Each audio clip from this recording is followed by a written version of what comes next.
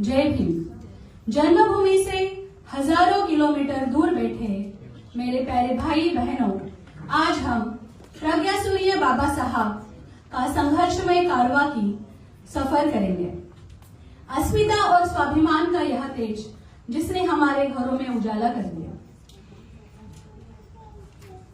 सुबह के समय मन शांत होता है, इसलिए पढ़ाई अच्छी होती है। यह समझकर बाबा साहब के पिताजी रात 2 बजे तक खुद जगा करते थे और रात 2 बजे बाल भीमराव को पढ़ाई करने के लिए उठाते थे।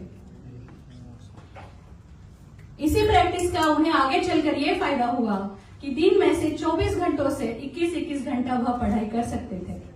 तो आज उसी प्रसंग को हम आप सभी के सामने प्रस्तुत कर रहे हैं रेयांश और दिव्यांश।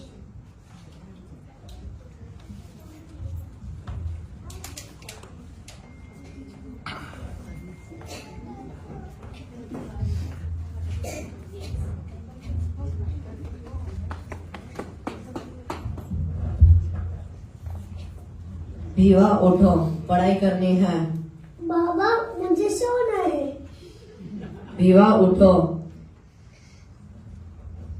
बाबा मुझे बहुत अच्छे मार्क्स मिलते हैं, हमेशा पास होता हूँ, तो क्यों इतनी पढ़ाई करनी है? भीवा, हमारे समाज में फैले अंधेरे को दूर करने के लिए तुम्हें पढ़ाई करनी जरूरी है। भीवा उठो।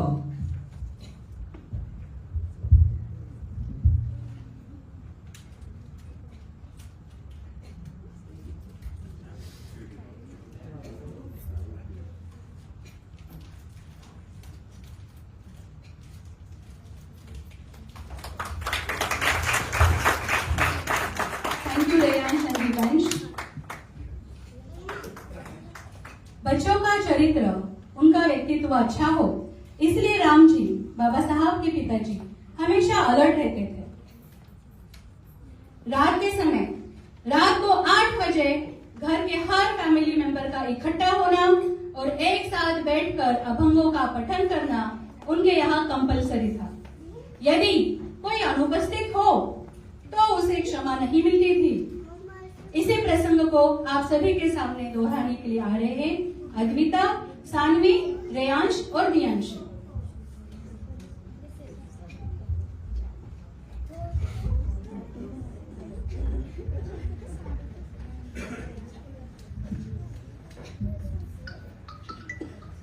चलो चलो खाना खाते हैं।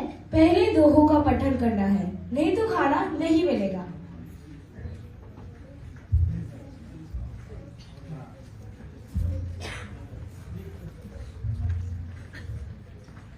गुरु गोविंदो खड़े काको लागू पाए, बलिहारी गुरु आपने गोविंद दियो बताए। मलमल धोए शरीर को, धोए न मन का मैल, नहाए गंगा गोमती, रहे बैल के बैल। अभी चलो खाना खाते हैं।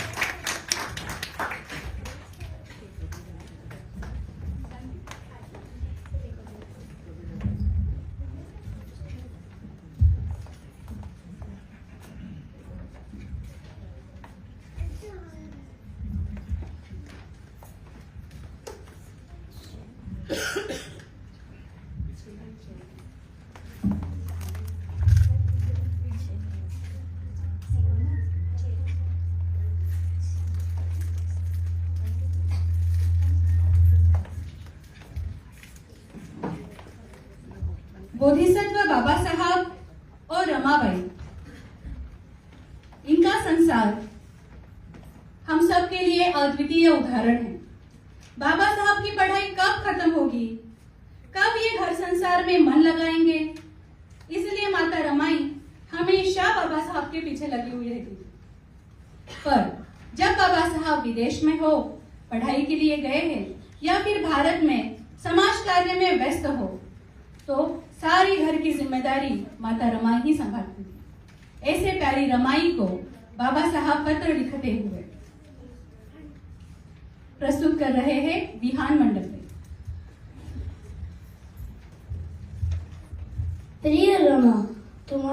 पत्र मिला, गंगाधर बीमार है सुनकर दुख हुआ।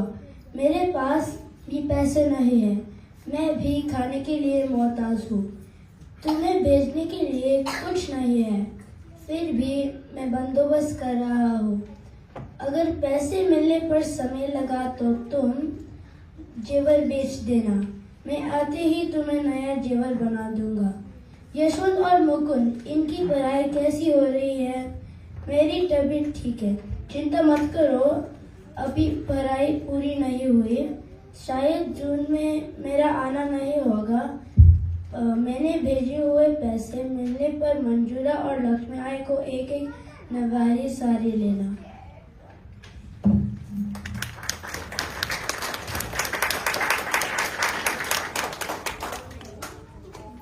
Thank you Vihaan. बाबा साहब कहते हैं, शिक्षा यह शेरनी का दूध है, जो पिएगा वह दौड़ेगा जरूर। और साथ ही साथ वे कहते हैं, मैं सदाचारी पुरुष हूँ, मैंने नैतिकता से सारा जीवन व्यतीत किया है, इसीलिए मेरे शत्रु भी मुझसे डरते हैं। बाबा साहब ने मिलिंद कॉलेज में छात्रों को शिक्षा और नैतिकता का पाठ पढ़ाते हुए Praneet as a Baba Saheb and all kids as a student.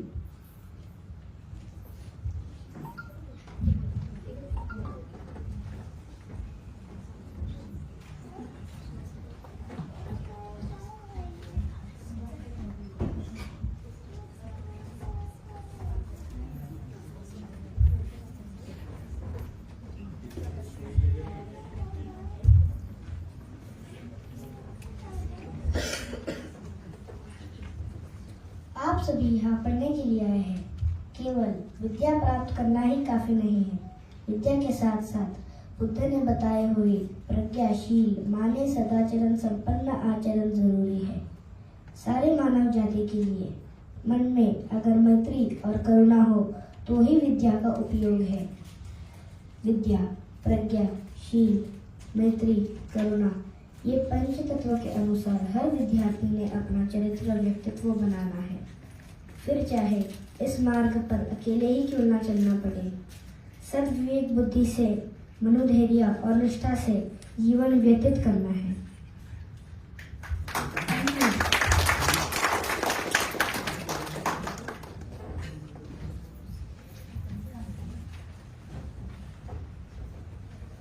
बिल्कुल सही। विद्या के साथ साथ शील, सदाचरण, नैतिकता यह भी जरूरी है। बलिदानाचे कफन बांधुणी जिसला तू भीमराया, माय पित्याहून उदंड केलीस आमच्यावरती माया।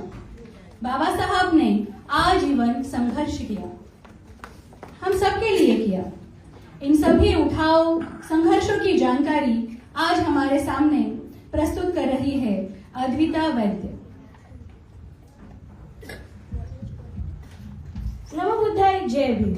आजीवन बाबा साहब ने संघर्षों का सामना किया, समाज से उच्च नीचता, छुआछूत और असमानता दूर करने के लिए कई उठाव किए। महाड़ का 14 तालाब का उठाव, जो जिस तालाब से पशु, पक्षी और हर समाज के लोग पानी पी सकते हैं, तो सिर्फ हम क्यों नहीं? इसलिए यह उठाव किया गया था ताकि अस्पृश्यों को उनका समान हक मिले। बाबा साहब कहते हैं, इस तालाब का पानी पिए बिना हम मरे नहीं, और इस तालाब का पानी पी के हम अमर भी नहीं होंगे। यह उठाव इसलिए है क्योंकि हमें साबित करना है कि हम सभी की तरह इंसान हैं। मनुस्मृति दहन, जिस ग्रंथ में महिलाओं और शूद्रों को ज्ञान विद्या से दूर रखा गया, जो किताब विषमता, अन्याय और निर्दयता का समर्थन करती है, ऐसी मनुस्मृति ग्रंथ का दहन किया गया था। काला राम मंदिर प्रवेश, काला राम मंदिर में प्रवेश करके हमारे सारे आर्थिक, सामाजिक और शैक्षणिक प्रश्नों का हल नहीं मिलेगा, तो फिर यह उठाव क्यों? यह उठाव इसलिए था क्योंकि सवर्णों के हृदय मंदिर में बदलाव लाने के लिए था। Round table conference 1, round table conference 2 और हिंदू कोड बिल, ऐसे अनेक संघर्ष बाबा साहब ने किए थे। एक इंसान ने इतने सारे संघर्ष किए हमारे लिए, इतने सारे संघर्ष किए थे हमारे लिए, इसलिए हम आज यहाँ पर बैठ पा रहे हैं। एक इंसान ने इतने सारे संघर्ष किए, किसके लिए? याद रहे हम सब के लिए। धन्यवाद।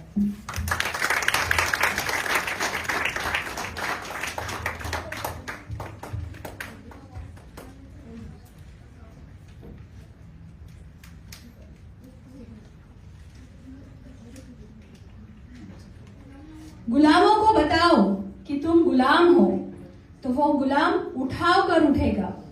बाबा साहब द्वारा निर्मित विविध पत्रिकाओं की जानकारी अब हमारे सामने प्रस्तुत कर रही है लुम्बिनी, इधांत, दिव्यांशु, अनेरी और समृद्धि।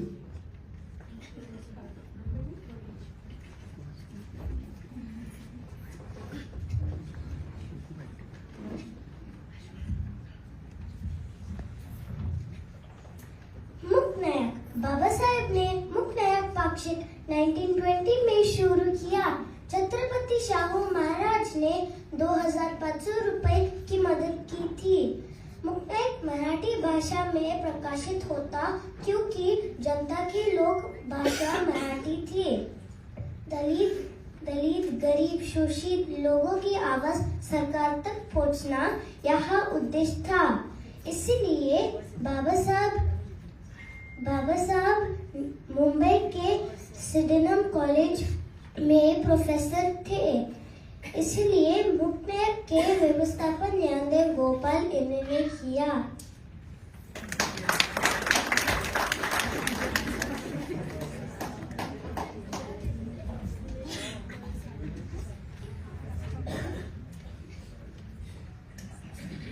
समता एवं बाबा साहेब द्वारा शुरू किया न्यूज़पेपर है। 29 जून 1928 में इसका प्रकाशन किया। यह बाबा साहेब ने स्थापित समता सैनिक दल का मुख्य पत्र था।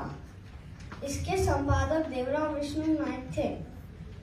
महार का 14 तालाब का सत्याग्रह, नासिक का कालाराम मंदिर प्रवेश सत्याग्रह, पुणे करार आदि सभी घटनाओं की जानकारी लोगों तक पहुंचाने का काम समता न्यूज़पेपर ने किया। गोलमेज परिषद में बाबा साहेब की भाषण की तारीफ सुनकर बड़ौदा के राजा सयाजीराव गायकवाड़ यह बहुत प्रभावित हुए। उन्होंने आर्थिक मदद भी की। इसका फायदा खुद के लिए न करते हुए बाबा साहेब ने जनता न्यूज़पेपर के लिए नया बड़ा मशीन लिया। समता पत्र का ही नामांतर कर जनता इस रूप में यह पत्र आगे भी प्रकाशित होता रहा।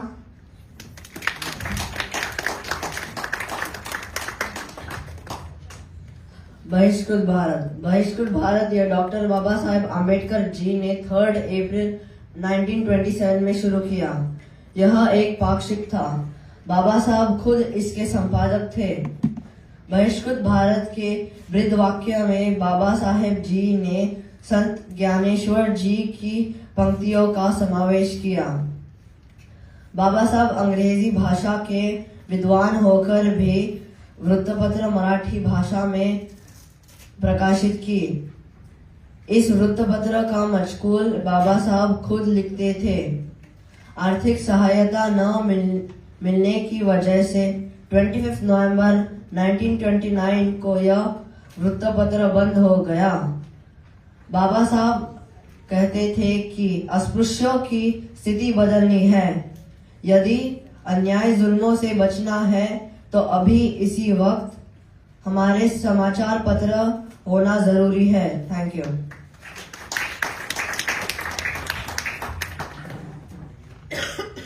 Jai Bhim everyone. Today I want to share a story about a very special newspaper started by one of the greatest leaders of India, Dr. Baba Saheb Ambedkar. The newspaper was called Janta. It was the first published on 24 November 1930s, almost 94 years ago. In the beginning, the newspaper came out once every 15 days. Later, it started coming out every week.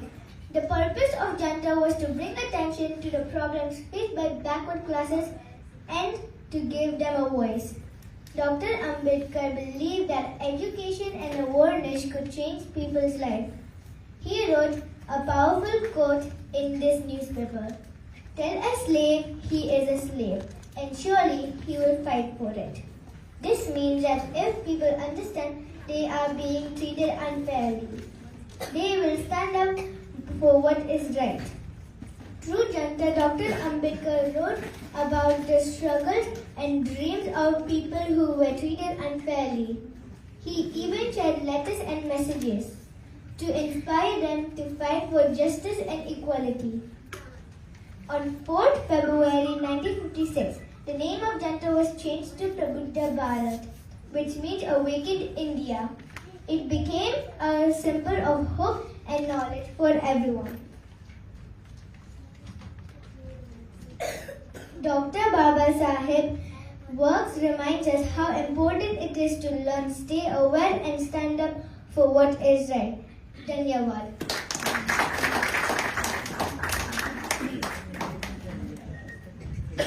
14 अक्टूबर 1956 को बाबा साहब ने बौद्ध धर्म को स्वीकारा। इसी के साथ उन्होंने जनता का नाम बदलकर प्रबुद्ध भारत किया। इसके मुख्य शीर्ष पर अखिल भारतीय दलित फेडरेशन का मुखपत्र छपा था। बाबा साहब ने दलित समाज में जागृति करने हेतु अनेक वृत्तपत्र पाक्षिक का प्रकाशन संपादन किया। इन पत्रों ने दलित संग्राम को बहुत महत्वपूर्ण योगदान दिया। बाबा साहब ही पत्रकारिता के आधार स्तंभ थे और साथ ही साथ प्रथम संपादक, संस्थापक और प्रकाशक भी। बाबा साहब के देहांत के बाद यह प्रबुद्ध भारत बंद पड़ा। बाबा साहब म्हणाले होते की कोणत्याही चळवळ यशस्वी करण्यासाठी त्या चळवळीचे वर्तमानपत्र असणे गरजेचे आहे। ज्या चळवळीचे वर्तमानपत्र नाही ती चळवळ म्हणजे पंख तुटलेल्या पक्षाप्रमाणे आहे। Thank you. Thank you everyone. Thank you my dear kids. Next.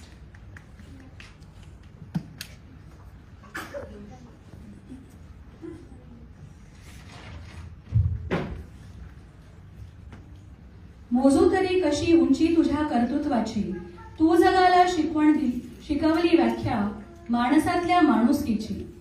तू देव नव्हतास, देवदूतही नव्हता, तू मानवतेची पूजा करणारा महामानव होता। स्त्री, पुरुष, कामगार आदि सबके लिए संविधान द्वारा या फिर मजदूर मंत्री होते हुए बाबा साहब ने अनेक उपाय योजना की। आइए सुनते हैं सानवी सावंत से।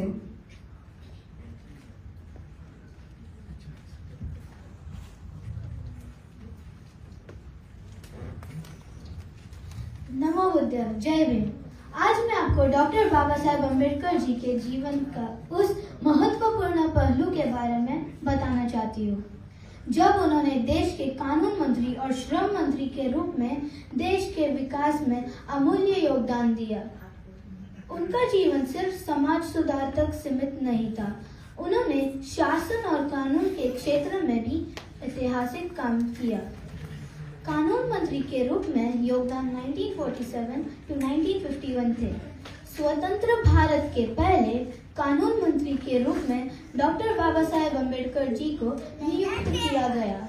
यह समय देश के लिए अत्यंत महत्वपूर्ण था क्योंकि हमें ऐसा संविधान बनाना था जो सभी के अधिकारों की रक्षा करे। डॉक्टर अम्बेडकर जी को संविधान ड्राफ्टिंग कमेटी का अध्यक्ष नियुक्त किया गया।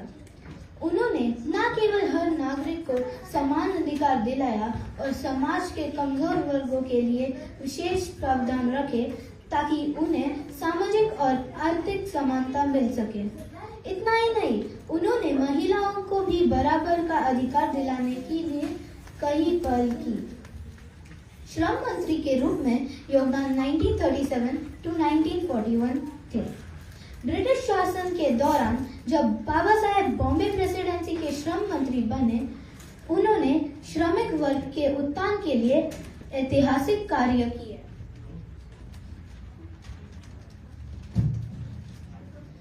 उन्होंने श्रमिकों के कार्य के घंटे 12 से घटाकर 8 घंटे कराए।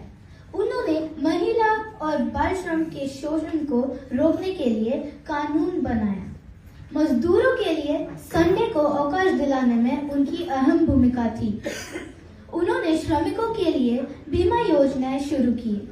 बाबा साहब जी ने न्यूनतम वेतन कानून लागू करने की पहल की। श्रमिकों के लिए रिटायरमेंट पेंशन और सामाजिक सुरक्षा योजना की वकालत की। अंत में यही कहना चाहूंगी कि हम उनके योगदान को कभी नहीं भूल सकते। तो आइए उनके आदर्शों को अपने जीवन में अपनाएं और समाज को एक बेहतर दिशा में ले जाएं। धन्यवाद। Thank you Saanvi.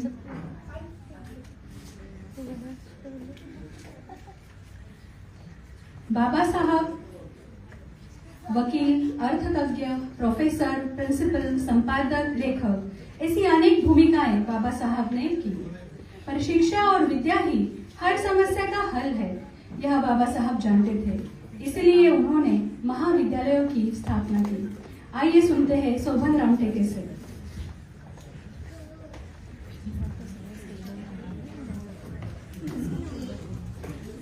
Namaste, J.B.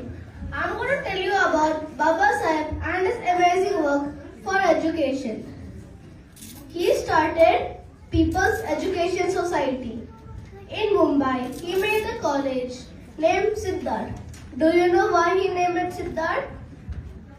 Siddharth was named Gautam Buddha before he became Gautam Buddha.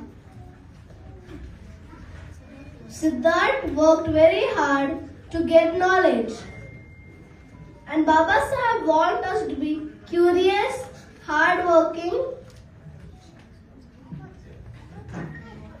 In Aurangabad, Baba Saheb built another college named King Naksan, Milind College.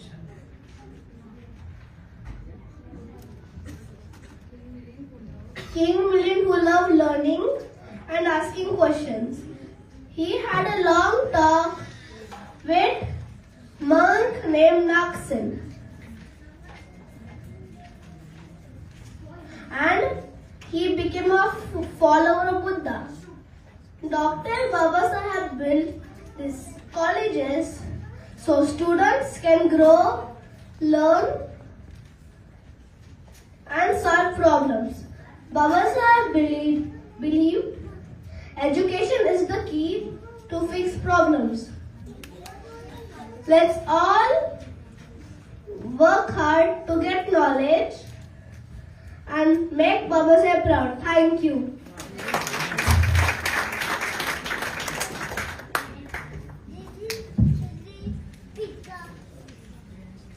बाबा साहब के विचार हम तक पहुंचते हैं उन्होंने लिखे हुए किताबों द्वारा। सामाजिक, राजकीय, शैक्षणिक ऐसे विविध भूमिकाएं करते हुए बाबा साहब ने अनेक ग्रंथों का लेखन किया। आइए इस ग्रंथों की जानकारी सुनते हैं प्रत्युष मोहिते से।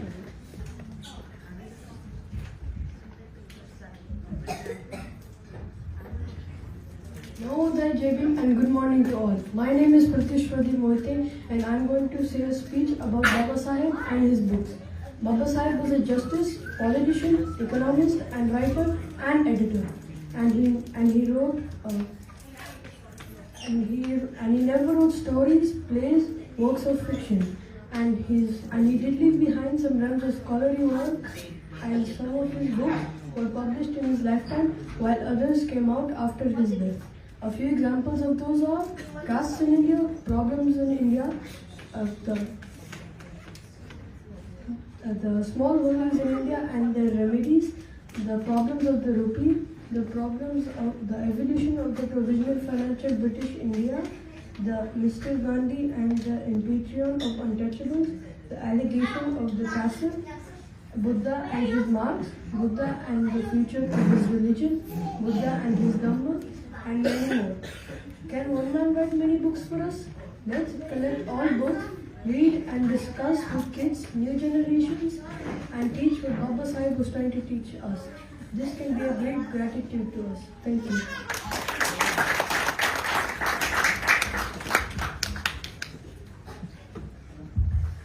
I request to all participant kids, please be on stage.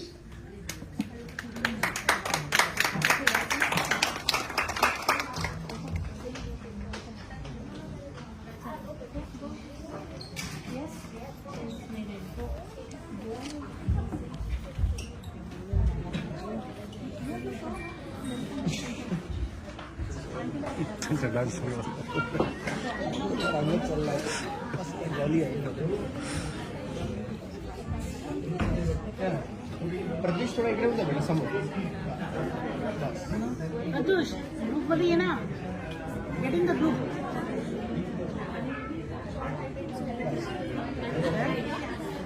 अरे Pratyush I cannot take it Baba Sahab ने नानक दत्तू से कहा था, मेरे लोगों को ये बताना कि मैंने जिंदगी भर दुख सहकर, विरोधियों से लड़कर, असीम मेहनत से यह काफिला यहाँ तक लाया है। चाहे राह में कितनी भी समस्याएं आई, पर यह काफिला पीछे न मुड़ने पाए। मेरे सहकारियों को यह कहना कि ये कारवा आगे न ले जा सके, ठीक है, पर उसे वही रखे, पर ये काफिला पीछे नहीं जाना चाहिए। मेरे ख्याल से बाबा साहब का कारवा ये सारे बच्चे आगे ले जा रहे हैं। क्या कहते हैं आप लोग? Thank you everyone, thank you everyone, thank you so much. Within only 2 practice, online practice, they done such a good. Thank you everyone.